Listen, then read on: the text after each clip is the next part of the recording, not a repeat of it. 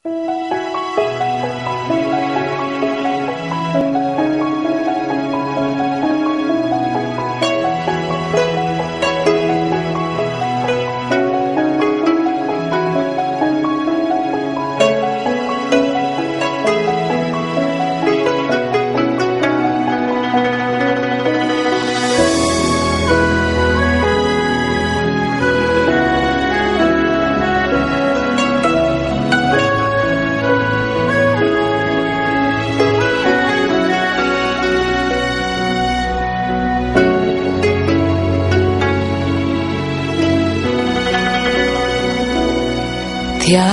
yang seperti Engkau, begitu mengasihiku. Kau Tuhan sanggup menjawab semua seru doaku. Tiada yang seperti Engkau, begitu mengasihiku. Kau Tuhan sanggup melawat seluruh kehidupanku. Aku percaya Tuhanku ajaib, Kau turun tangan memulihkanku. Aku percaya Tuhanku dahsyat, Kau turun tangan memberkatiku.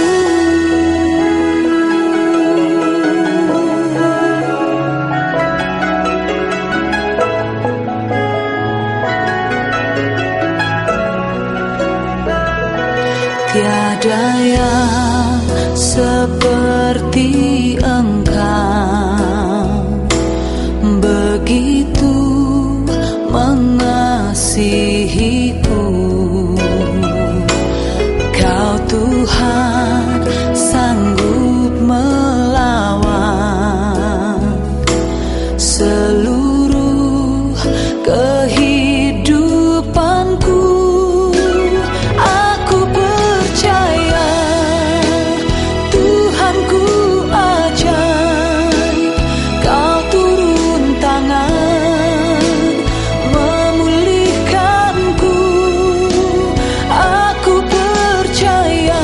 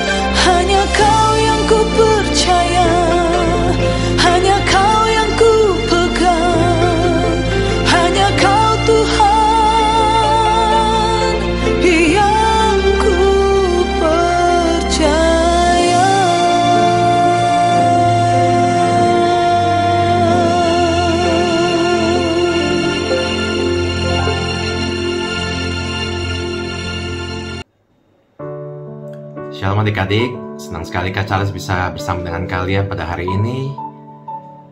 Kak Charles berharap kalian tetap semangat untuk beribadah, kalian selalu dalam keadaan yang sehat, dan kiranya damai sejahtera Tuhan Yesus Kristus selalu menyertai kita semua. Sekarang mari kita akan mendengarkan kebenaran firman Tuhan. Mari kita tundukkan kepala kita berdoa. Tuhan Yesus, kami bersyukur untuk kasih setia-Mu, untuk rahmat-Mu yang selalu baru bagi kami, untuk berkat-Mu, untuk kesehatan yang Kau berikan kepada kami. Terima kasih Tuhan, untuk hari ini kami boleh diberikan kesempatan untuk memuji dan menyembah-Mu. Saat ini juga kami akan mendengarkan kebenaran firman-Mu. Biarlah kami dapat diberikan pengertian ya Tuhan. Biar Roh Kudus yang menjamah hati dan pikiran kami dan menguatkan kami untuk selalu melakukan kehendak-Mu. Terima kasih ya Tuhan. Dalam nama Tuhan Yesus kami telah berdoa dan mengucap syukur. Haleluya. Amin. Adik-adik, tema renungan Kak Charles pada hari ini adalah dapat dipercaya. Nah, dapat dipercaya artinya apa sih? Ya pasti kita tahu ya.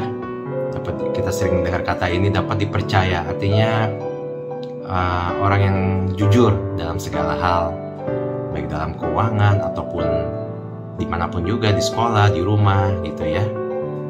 Nah, lawan dari kata dapat dipercaya adalah tidak dapat dipercaya. Orang yang tidak dapat dipercaya, ya itu orang yang tidak jujur, yang suka berbohong, ya. Nah, adik-adik, Kak Charles mau tanya nih, siapa nih di antara kita yang tidak pernah berbohong dalam hidup selama ini, yang selalu jujur gitu? Kak Charles percaya pasti kita pernah ya berlaku tidak jujur. Tetapi Kak Charles percaya bahwa kita sebagai anak-anak Tuhan, pastilah Roh Kudus akan menegur kita, akan meluruskan jalan kita untuk kembali kepada kebenaran firman Tuhan. Nah, hari ini kita akan merenungkan supaya kita dapat mengerti betapa pentingnya menjadi orang yang dapat dipercaya untuk mengelola keuangan. Apakah dan juga kita mengerti apa manfaatnya dari sikap yang dapat dipercaya, dan bagaimana kita bisa mengembangkan sikap yang dapat dipercaya untuk mengelola keuangan yang dipercayakan kepada kita. Nah, adik-adik, dapat dipercaya atau jujur sering berkaitan dengan atau berhubungan dengan uang ya. Dan di dunia pekerjaan seperti Kak Charles ini banyak hampir seluruh perusahaan, ya termasuk perusahaan Kak Charles juga, bahwa kejujuran atau dapat dipercaya adalah syarat utama untuk bisa diterima dalam pekerjaan. Jadi banyak perusahaan yang masih toleransi ya, kalau ada kesalahan lain mungkin ya salah apa gitu ya. Tapi kalau sudah masalah ketidakjujuran, masalah yang ketidakpercayaan, itu sudah tidak bisa ditoleransi lagi. Karena banyak perusahaan yang rugi karena banyak karyawannya yang tidak dapat dipercaya atau tidak jujur. Sedangkan juga banyak juga perusahaan yang menguntungkan, yang berhasil karena banyak pegawainya atau karyawannya yang jujur dan dapat dipercaya. Nah, memang kejujuran ini sering dijadikan sebagai salah satu standar utama ya dalam menilai karakter seseorang. Memang uang itu hanya selembar ya, selembar kertas ataupun sekeping koin. Tetapi kadang memang uang itu bisa begitu memikat, begitu menggugah hati seseorang ya, sehingga membuat orang itu tidak jujur, sehingga membuat orang itu tidak dapat dipercaya gitu. Jadi masalah ketidakjujuran dalam keuangan ini bukan hanya di pekerjaan ya, di pelayanan pun juga bisa terjadi hal yang demikian.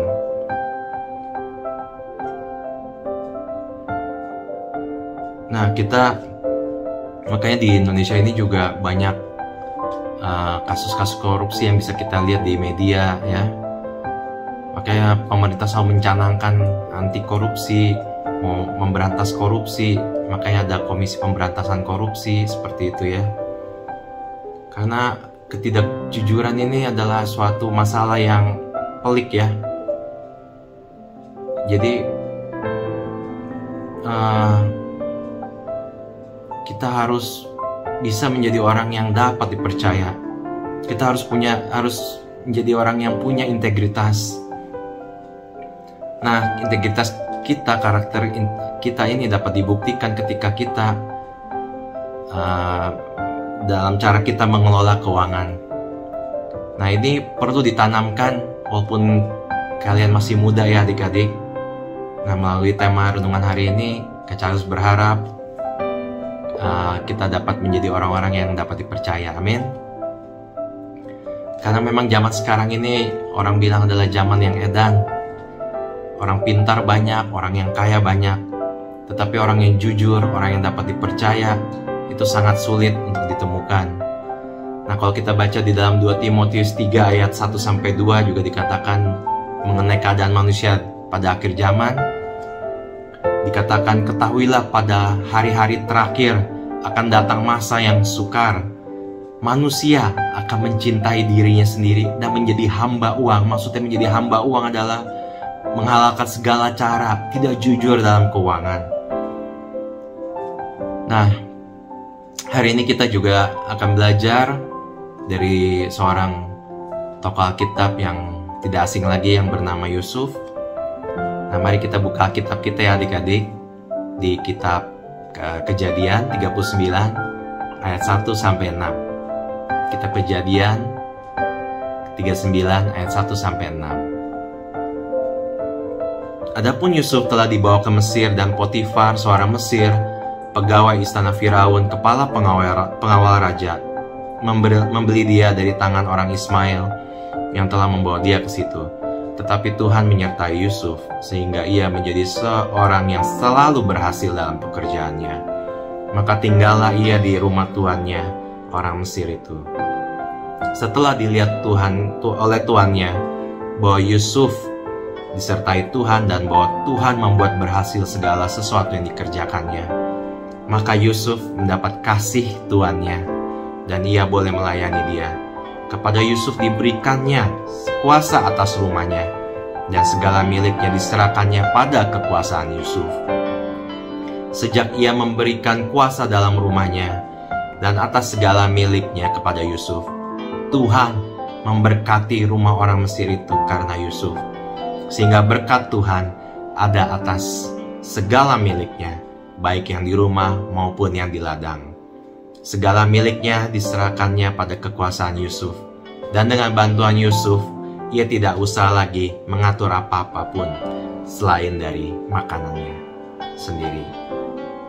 Luar biasa ya hambanya ini, Yusuf, yang dijual sebagai budak. Ini karena dia begitu, ya adik-adik tahu ya, karena dia begitu dibenci oleh kakak-kakaknya, karena mereka iri hati terhadap Yusuf, karena Yusuf adalah anak kesayangan dari ayahnya, Yakub. Nah, Yusuf ini suka pamer gitu ya, ke kakak-kakaknya, diberikan barang-barang yang bagus, diberikan jubah yang bagus, makanya saudara-saudaranya itu pada iri. Nah, singkat cerita, akhirnya Yusuf dijual oleh saudara-saudaranya menjadi budak, dan Yusuf akhirnya sampai di rumah Potifar. Memang ini sebuah penderitaan ya untuk Yusuf. Yusuf jauh dari rumahnya, Yusuf jauh dari keluarganya. Tetapi dengan hal yang seperti ini menjadikan Yusuf menjadi orang yang lebih dewasa, yang lebih bertanggung jawab, dan juga menjadi orang yang dapat dipercaya. Nah, adik-adik, ketika Yusuf dalam rumah Potifar, Yusuf orang yang sangat bekerja keras. Meskipun dia seorang budak, tetapi dia tidak pernah main-main gitu. Dia selalu serius dalam pekerjaannya. Dia tekun dan rajin. Makanya Potifar ini melihat, wah ini hamba ini rajin sekali ya, dan taat beribadah. Tuhan sangat menyertai dia. Sehingga Potifar merasa pekerjaannya ini menjadi ringan, pekerjaan rumahnya menjadi ringan karena kehadiran Yusuf di rumah itu. Makanya Potifar itu nggak ragu-ragu, Yusuf ini saya serahkan semua kuasa di dalam rumah ini ke dalam tangan Yusuf. Jadi Potifar ini udah gak mikirin apa-apa, biar Yusuf yang atur semuanya.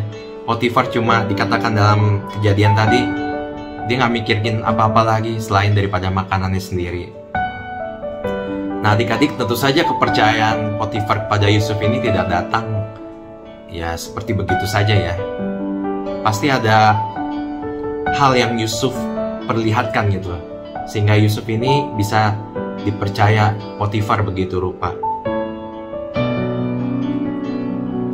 Ya karena Potifar lihat Yusuf ini segala sesuatu yang dilakukan itu berhasil. Kelihatannya Tuhan tuh menyertai Yusuf ya, segala sesuatunya dikatakan di Alkitab, apapun yang dikerjakannya buat Tuhan berhasil gitu ya. Terus yang terpenting yang Potifar lihat dari Yusuf ini adalah tidak ada sepeser pun uang ataupun harta milik Potifar di dalam rumahnya yang hilang ketika Yusuf bekerja di sana.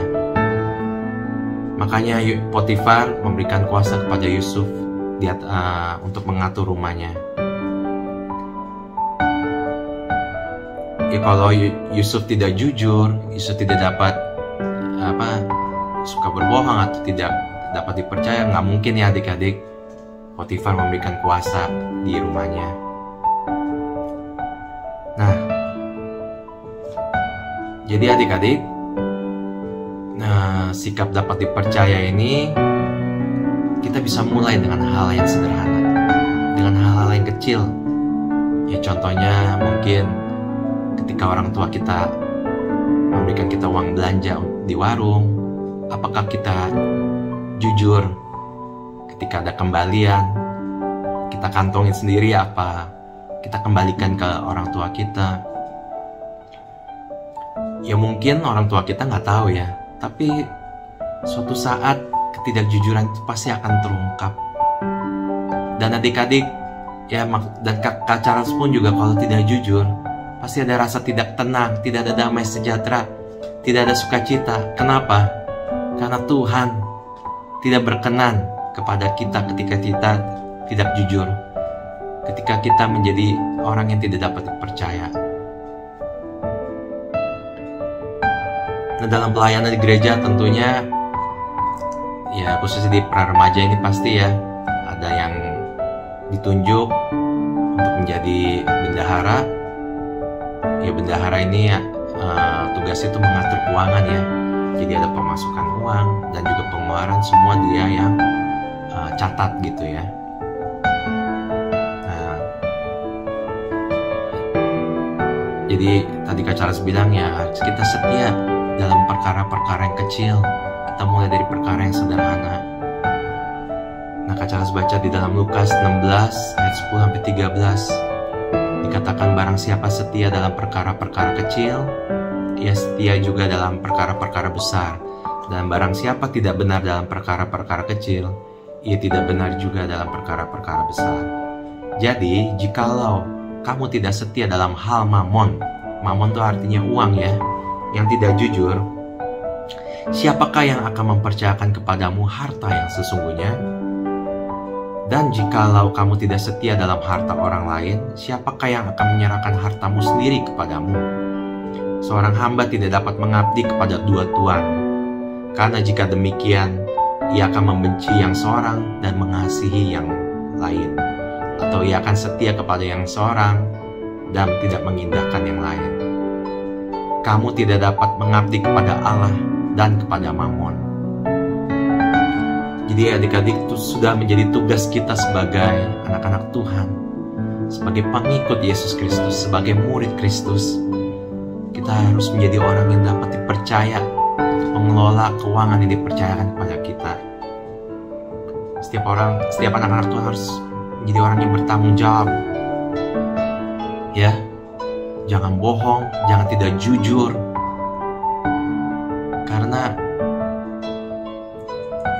kita sebagai orang percaya, orang yang takut Tuhan, pastilah kita tidak akan tidak jujur ya dalam mengelola keuangan kita ya. Nah adik-adik, sebagai contoh ada sebuah ilustrasi.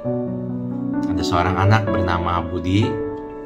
Dia diberi uang 10.000 oleh orang tuanya untuk membeli kopi di warung, karena di rumahnya kedatangan tamu ya. Jadi Budi diminta orang tuanya untuk ke warung untuk membelikan kopi. Nah, untuk beli kopi di warung, Budi menghabiskan 8.000 rupiah. Jadi masih ada kembalian 2.000 rupiah ya. Jadi sebenarnya Budi bisa saja mengambil uang itu, 2.000 itu, dan mungkin dia bisa membelikan sesuatu yang lain ya. Tetapi Budi memilih untuk membawa pulang kopi dan juga kembaliannya sebesar 2.000 itu kepada orang tuanya. Dan ketika orang tuanya melihat kejujuran si Budi, akhirnya orang tuanya itu memberikan kembalian 2.000 itu kepada Budi untuk Budi tabung. Nah, coba adik-adik, kalau Budi tidak jujur, dia mengambil uang itu atau membelanjakan 2.000 itu, kira-kira apa yang akan dirasakan Budi? Saya yakin, Kak Charles yakin pasti Budi akan merasa tidak tenang, tidak damai sejahtera. Padahal memang nominalnya mungkin kecil ya, hanya 2.000 rupiah. Tetapi ketika Budi memilih untuk jujur, memilih untuk menjadi orang yang dapat dipercaya, maka berkat Tuhan itu akan diberikan kepada Budi. Berkat Tuhan itu bukan hanya materi ya. Berkat Tuhan itu bisa berupa damai sejahtera, bisa berupa sukacita, bisa berupa ketenangan dalam hidup. Jadi berkat Tuhan akan melimpah, akan diberikan kepada orang-orang, kepada anak-anak Tuhan yang dapat dipercaya. Nah adik-adik, inilah renungan kita pada hari ini. Baiklah kita berusaha biar Roh Kudus yang memimpin kita, untuk kita menjadi orang yang jujur, untuk kita dapat menjadi anak-anak Tuhan yang dapat dipercaya untuk mengelola keuangan yang dipercayakan kepada kita. Jangan kita bohong, jangan kita tidak jujur, sebab Tuhan membenci orang yang suka berbohong ya. Tetapi Tuhan mengasihi orang yang jujur, yang dapat dipercaya. Sebagai ayat penutup, Kak Charles ingin bagikan di dalam Amsal 28 ayat 20. Ingat ya, ini Amsal 28 ayat 20. Adik-adik catat ya. Amsal 28 ayat 20 dikatakan, orang yang dapat dipercaya mendapat banyak berkat, tetapi orang yang ingin cepat menjadi kaya tidak akan luput dari hukuman. Amin untuk firman Tuhan. Adik-adik, jadilah orang yang dapat dipercaya. Hiduplah dalam kebenaran. Yakinlah bahwa Tuhan akan memberkati kalian semua. Amin. Mari kita tundukkan kepala. Kita berdoa. Tuhan, kami sangat bersyukur untuk firman-Mu yang telah ditabur pada pagi hari ini. Dan kiranya firman-Mu ini boleh menguatkan dan meneguhkan hati kami, untuk kami selalu berlaku jujur, untuk kami menjadi orang yang dapat dipercaya dalam mengelola keuangan yang dipercayakan kepada kami. Terima kasih ya Tuhan, biar Roh Kudus yang menuntun kami, untuk kami selalu bertindak benar di hadapan-Mu, untuk kami selalu melakukan kehendak-Mu ya Tuhan. Terima kasih Tuhan, terima kasih. Hanya dalam nama Tuhan Yesus kami berdoa dan mengucap syukur. Haleluya. Amin. Amin. Selamat hari Minggu adik-adik. Tuhan Yesus memberkati.